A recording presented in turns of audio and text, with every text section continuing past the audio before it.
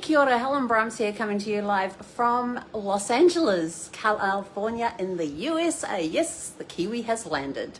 Welcome to, where are we up to? Porch Letters podcast number 2449.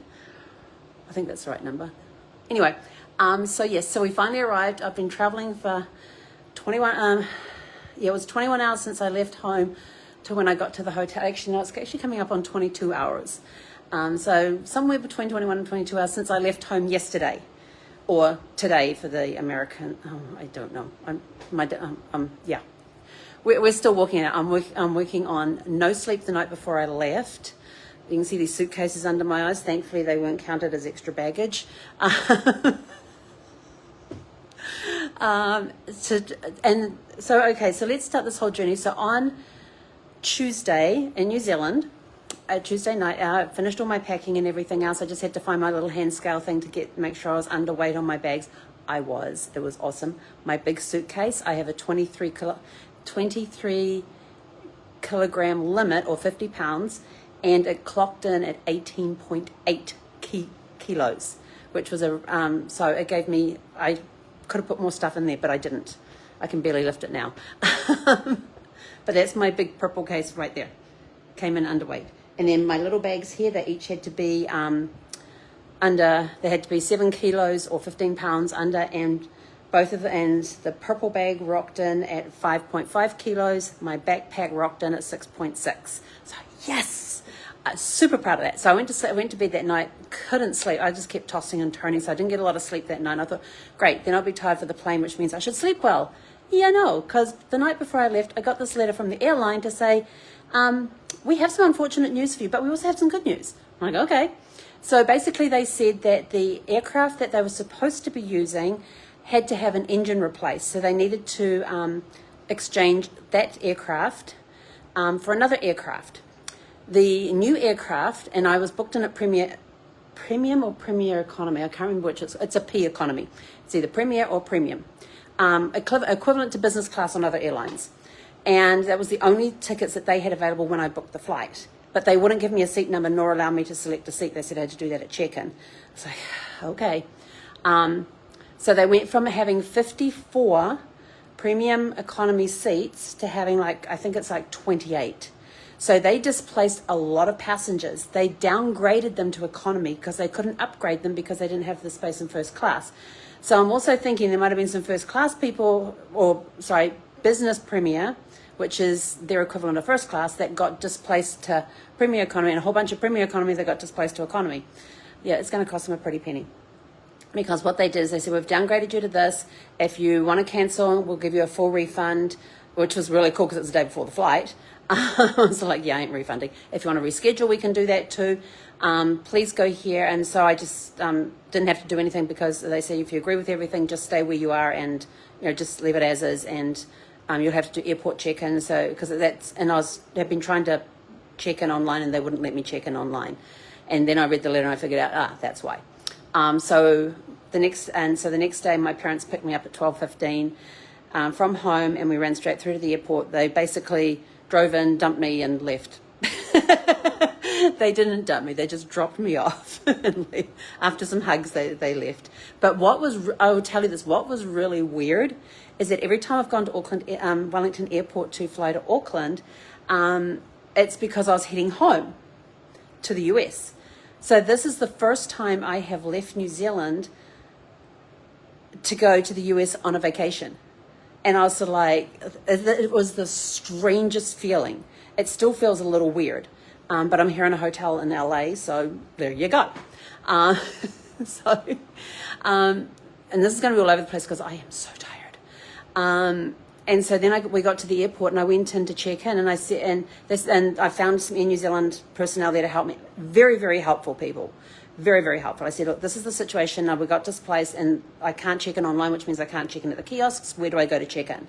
So they handed me over to another lady who was able to help me check in because she had the magic touch to do whatever she do. She actually had to get on the phone, call the Auckland airport to get my seat number, and they said, would you like an aisle or a window? And I said, a window, please. I like to lean up against the bulkhead, and I like to watch where I'm going or look out the window. And so they got me a seat there, and it happened, and it was during the flight over. I suddenly thought, what seat do I have on the way back? Because the only flight I couldn't pick my seat for was the Auckland to LA leg. And so I had a look at the LA to Auckland leg. It's the exact same seat I had on the flight over. So I thought, well, that's easy. I know where I am. That's good. We're good. But with going on the Premier Economy, what they did is that they're refunding the difference between the economy ticket and the Premier Economy. And once I land in LA, which I can actually go and do now, because you had to complete the flight first, they're giving you $500 compensation. So you've got a website to go to, and they've already listed all the information you need to provide to get the money put into your account and the currency that you want it deposited into your account as. So do you want US dollars, New Zealand dollars, and all that sort of stuff? And I'm sort of like, cool. So now that I've completed the flight, I can now go and apply for the $500 compensation that they're giving me as well. But the cool part is that we still get some of the Premier perks, where you could have 2 free check bags. I only have one. But the other one was that you could have 2 carry-ons. Well, this little guy here counts as my carry-on. This one counts as a personal item because it goes under the seat in front of me. And it has my laptop in it. Because they say laptop bags. That's a laptop bag. But anyway, the flight to Auckland was uneventful. We were basically up in the air and then down again. It was an hour and 5 minutes. Got to Auckland, and they're doing a lot of construction over at the international terminal. There were cranes everywhere. They're expanding Auckland Airport, which is going to be interesting to see, because it's a bit of a walk anyway. But I got to the domestic terminal. I didn't have to worry about the big bag. I just had to worry about my carry-on stuff. And they've got signs going to international terminal transportation because they have a free shuttle that goes between, or you could walk. It was getting dark. I was by myself. There's no way I was walking. So I went out, and it said, transportation straight ahead. You walk out the door and it's like, well, now where do I go? There's no signs pointing to the international terminal transportation. So I ended up asking a guy where to go, and I was actually walking in the wrong direction, so I had to walk back and get down there, and I just missed it. Like, I'm probably about 100 meters away, and he's pulling out. I'm like, okay, I've only got to wait 15 minutes. And so I waited 15 minutes, got there. The whole check-in, I'll tell you this, the check-in, I already had my boarding pass. So the part going through customs and going through immigration and customs was super, super easy. You basically walked in, followed the line around, went, and then you had to present your passport. You slide it into this machine, it reads it, you step forward, it takes your picture, you go through, and then you go into the screening area. And they have these trays that automatically come out. You did not have to remove your shoes. You did not have to take out the bag. Did not have to have the bag with the 3-ounce fluids in it. You did not have to take your laptop out or any other electronic pieces. You basically pulled a tray out. If you had jackets on, you had to take those off and put it out, and then just put a tray, and then put your bags, a bag per tray, and send it through. Now, my purple bag, that's that little one down there, got stopped twice.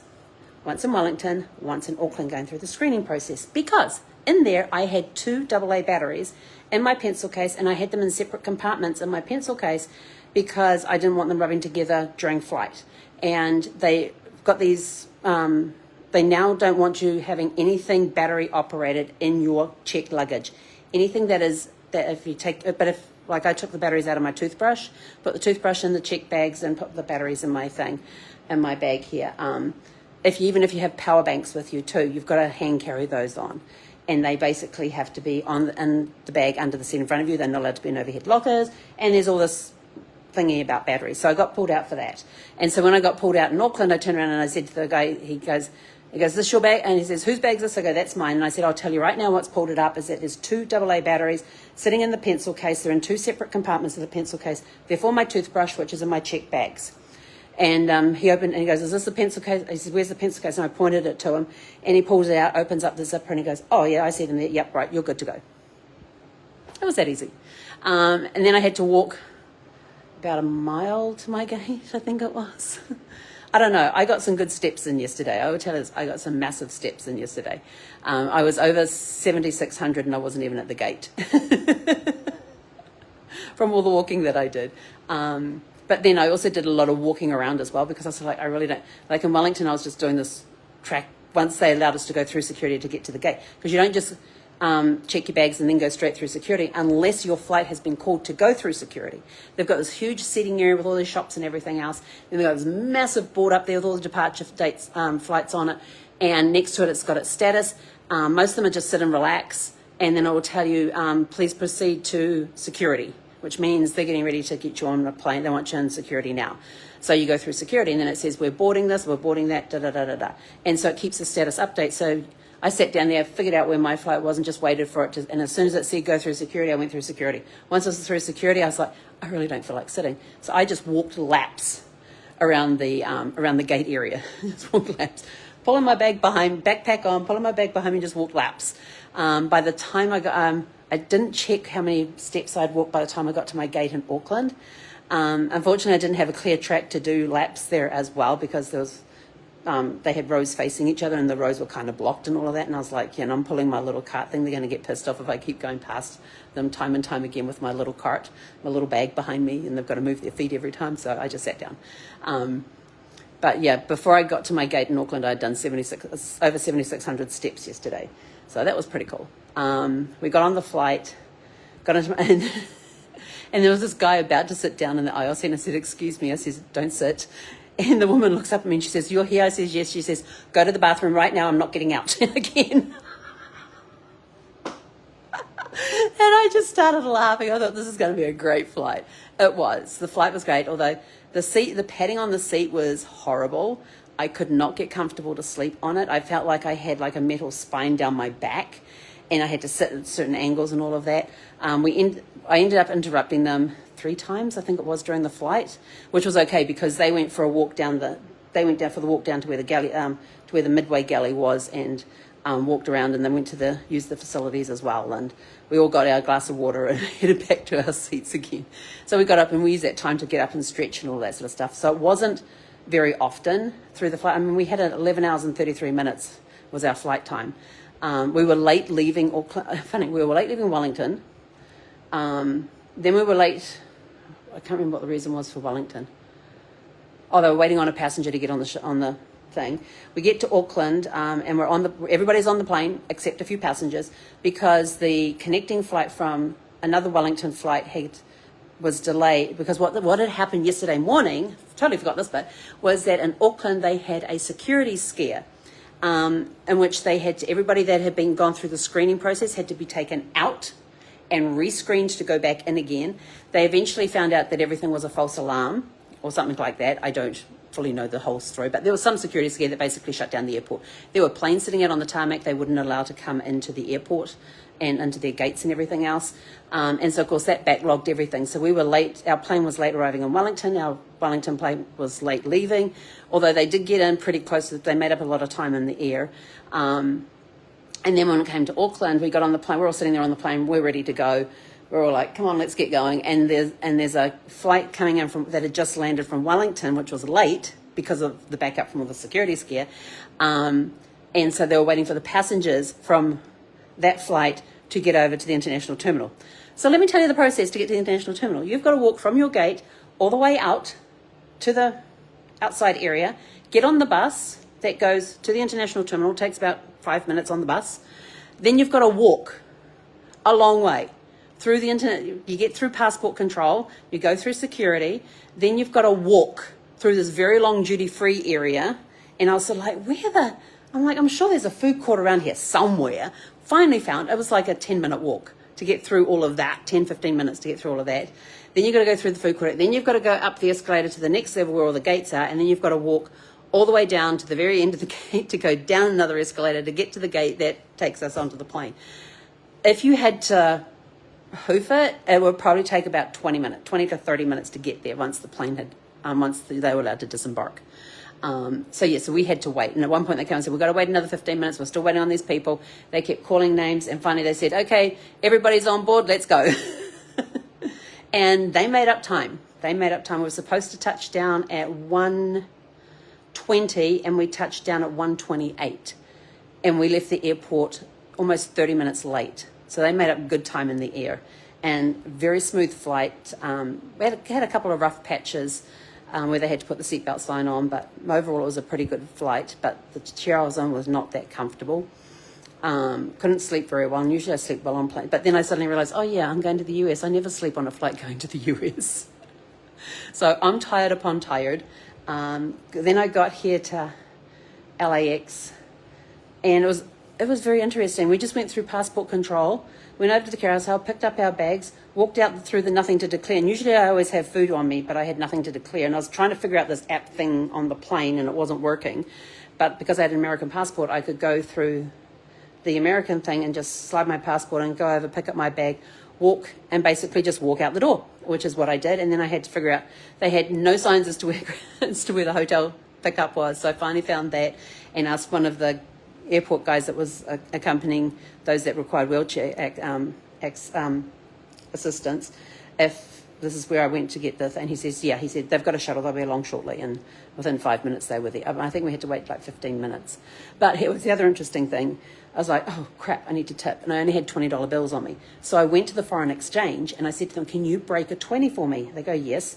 She says, yes. And I said, I need 2 5s and 10 ones. She said, you can have 5 ones, a 1 5 and a 10. Like there was no option. So I was like, okay. I mean, really, how rude. But, I got here, got checked in. Now I'm up in my room and now I need a shower. It's been 20-something hours since I've been wearing these clothes. So, because just before Mum and Dad arrived, I went and showered and got dressed. So I was all nice and fresh for my flights. But let's take you on a tour. So there's the main, hang on, can I turn the camera around on this thing? Yep, we can. Here we go. So main door where you come in, out that way. Come in here. Look at this nice shower. Look at this. Let's step into this. I'm looking forward to using this. Nice big head, shower head up there. Then you've got the shampoo, the conditioner, the body wash. No bath, yay. And see, look, there's me after 20-something hours of traveling. Don't I look great, except for the extra bags under my eyes. Nice hand basin. There's your amenities there. They've got body lotion and hand wash, yes. What's this? Closet, luggage rack. Yep, ironing board. Wait till I get to Carver and show you the guys the room down there. Woohoo! I had to look at it online and I was like, yes. And then you come into the main room where I've got a king bed. Yeah, all my crap there. Oh, say hi to Kasey. See, the Kiwi has landed. Kasey Kiwi is here.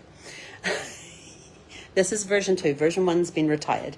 And there you've got the safe and ice bucket stuff. I'm guessing over here will be the mini fridge. Yippers. Something in there. Oh, good, it's empty. An empty fridge. I like empty fridges. I hate it when they have things in there. Nice deep drawers. Then over here I've got this. I've already pulled my complimentary water away. Because I'm with the Bonvoy program, I get 2 bottles of complimentary water. There's all the coffee stuff. Nice couch and table and things, and great view out on Century Boulevard in LA. And so this is my room for the next 2 nights before we go cruising. So anyway, I'm exhausted. I'm just going to plonk down here.